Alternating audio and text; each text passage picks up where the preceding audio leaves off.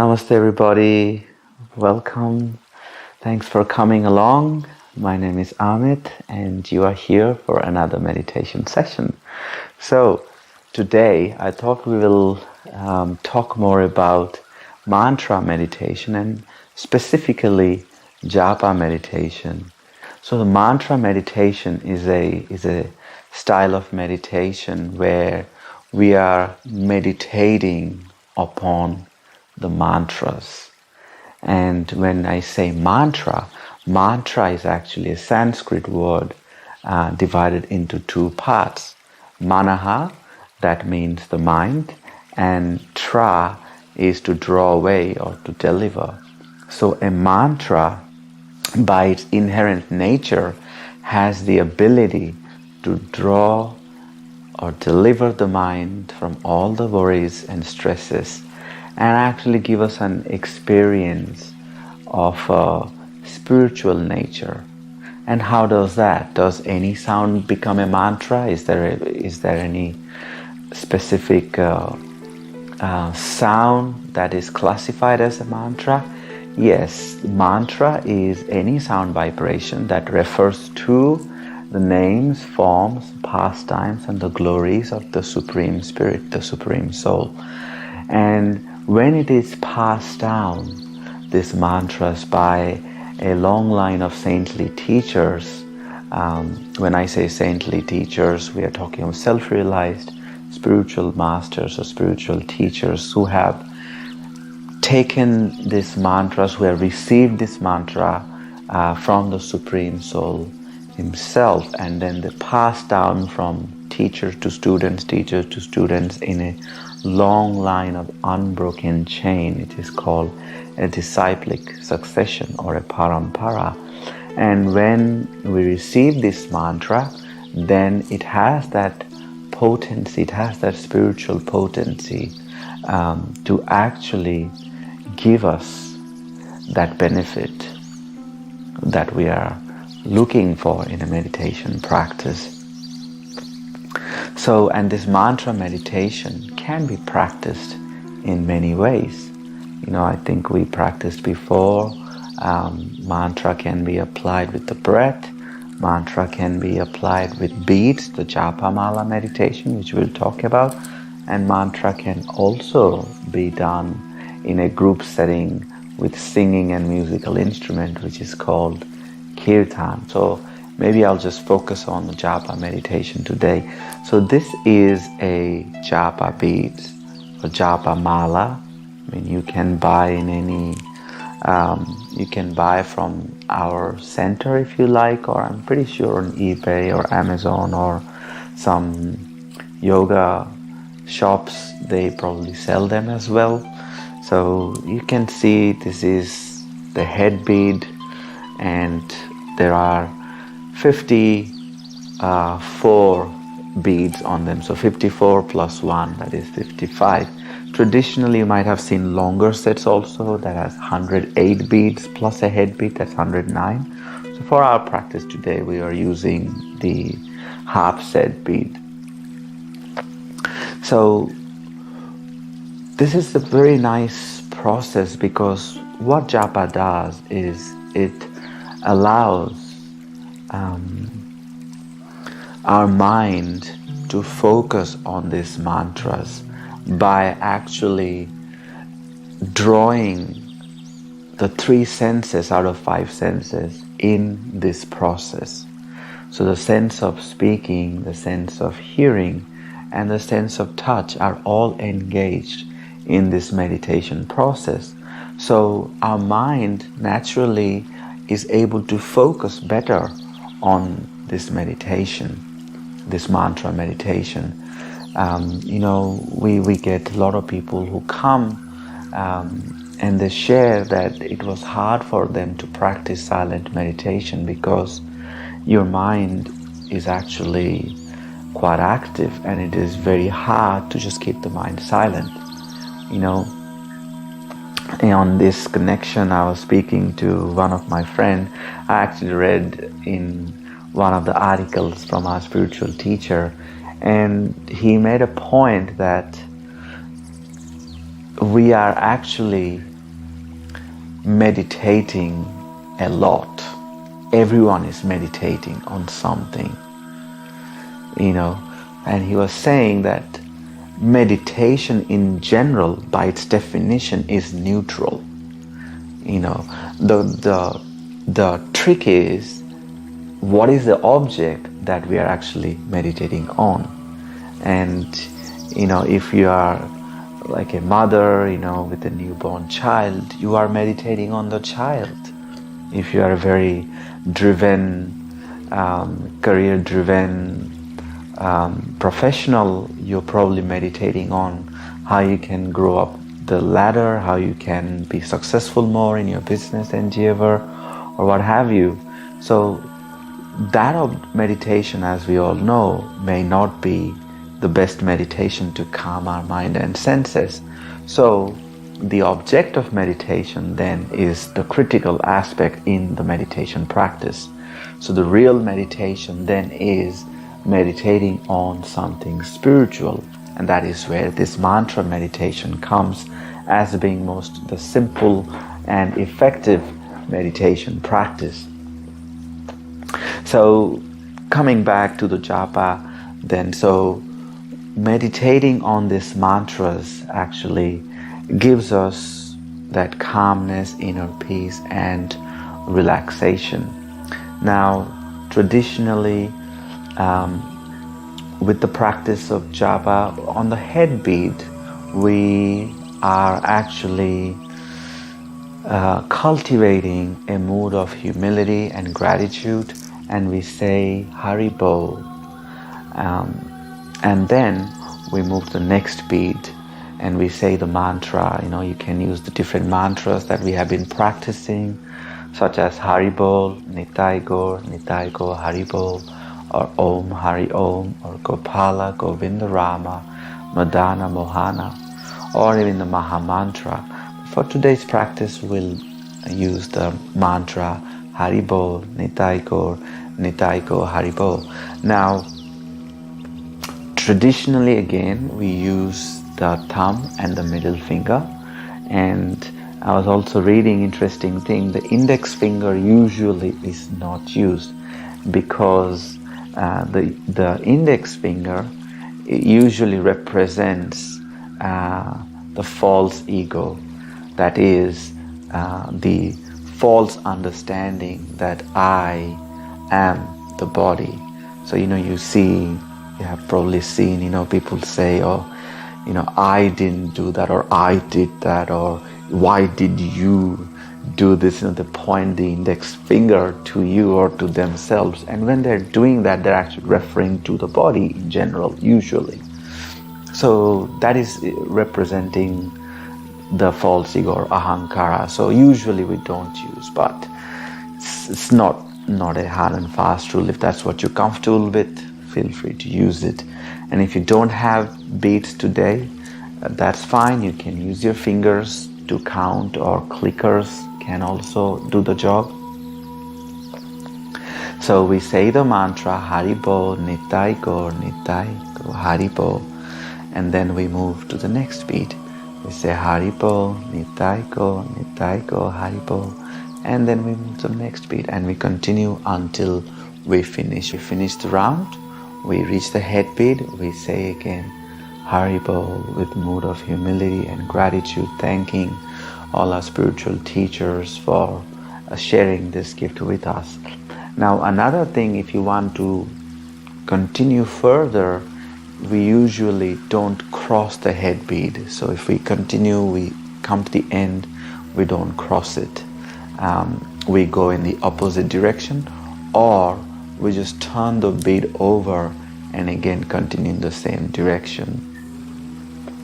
Now again, as I mentioned, the head beat is representing our spiritual teachers, and we are sharing gratitude, so that's why we usually don't cross the head beat. So with all this information, let's get started. You can keep your eyes closed if you like, or you can, if you're watching this video later, you can go on a walk. I usually practice that by going on a walk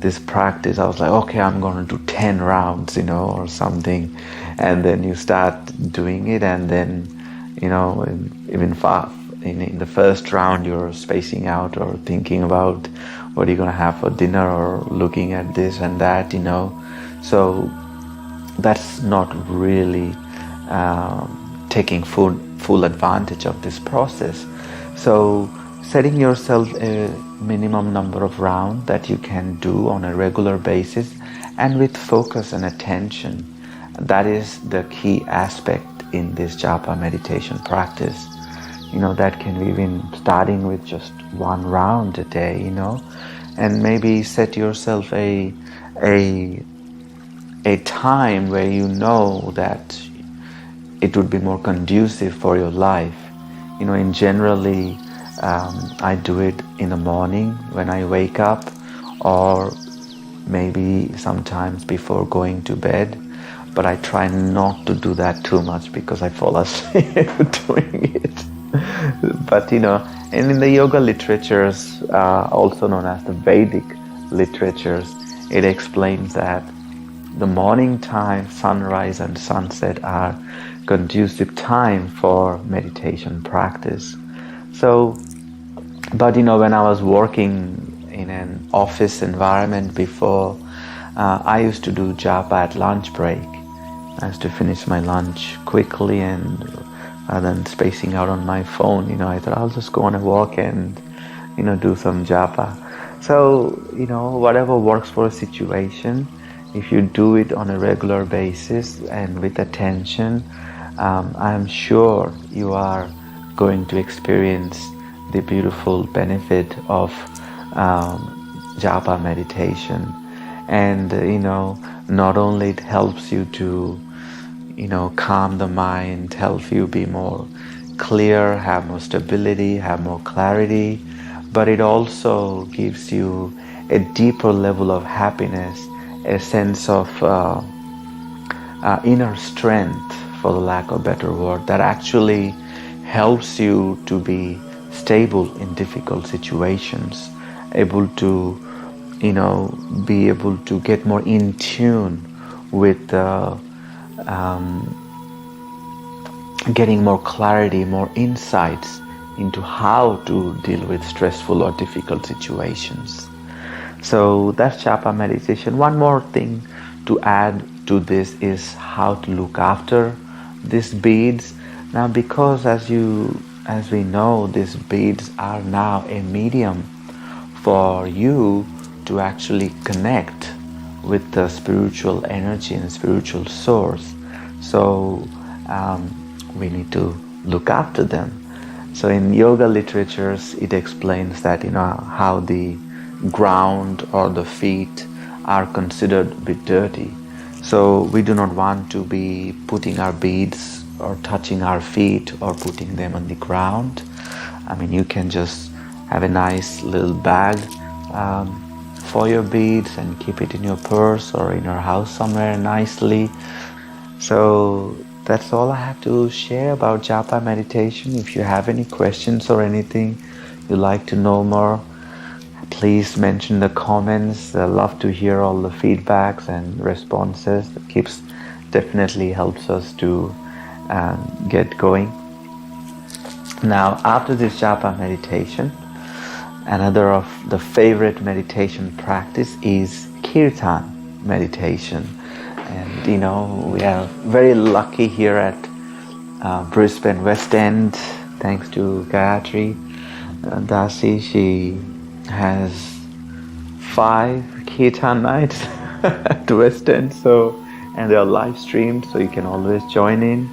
So kirtan meditation, for those of us who are new, is this same practice of mantra meditation, but in a group setting, and it involves singing.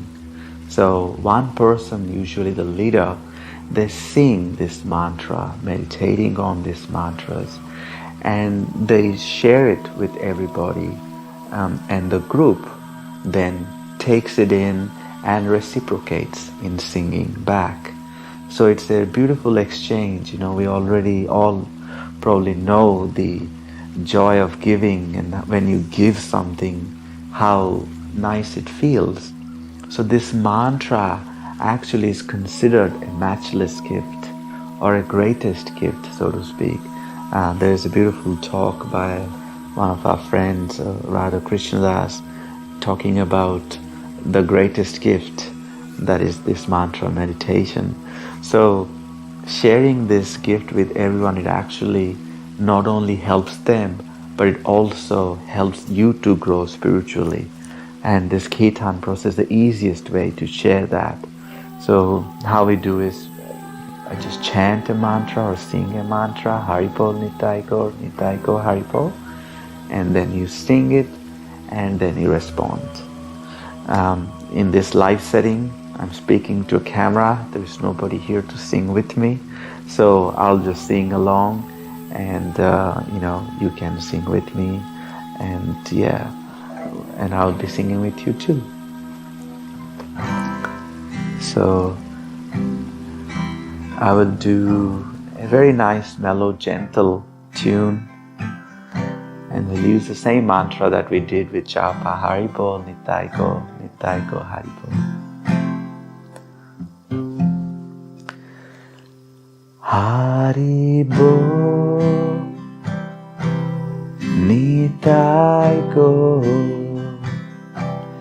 Nitai Gaur Haribol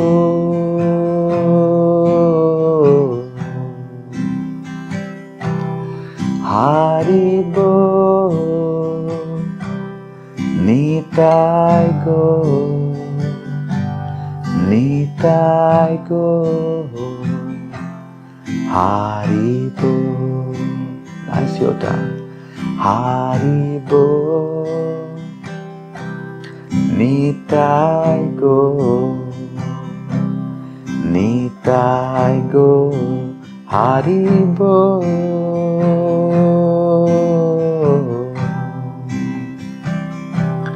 Haribol Nitai Gaur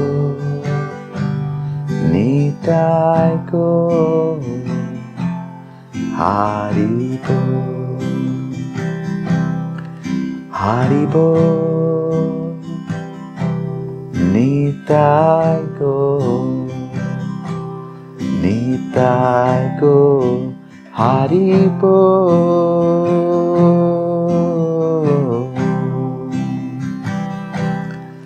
Haribol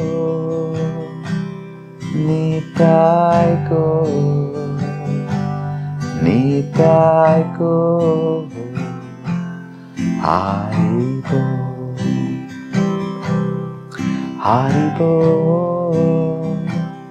Haribol Nitai Gaur Haribol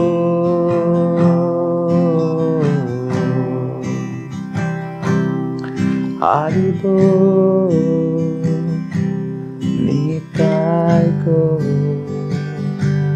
Nitai Gaur Haribol. Now let's sing together. Haribol Nitai Gaur Haribol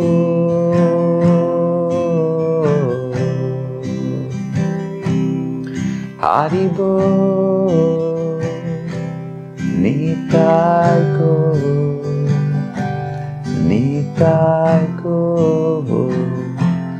Haribol. One last time, all together. Haribol Nitai Gaur Haribol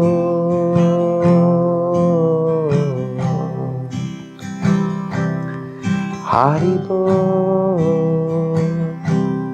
Nitai Gaur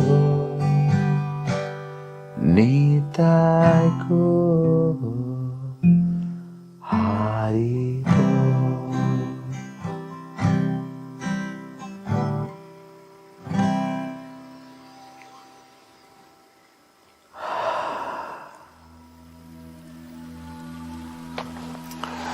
That was very nice, thank you. So, I'll just finish with reading a quote from the Bhagavad Gita, text 20, chapter 2. For the soul there is never birth nor death, nor having once been does he ever cease to be. He is unborn, eternal, ever existing, undying and primeval. He is not slain when the body is slain. Text 22. As a person puts on new garments, giving up old ones, similarly the soul accepts new material bodies, giving up the old and useless ones. So something to consider and contemplate. So thank you very much again, everybody. Namaste. It's always nice sharing this meditation with you all, and hopefully I'll see some of you in person and we can chant together. Until next time, Namaste.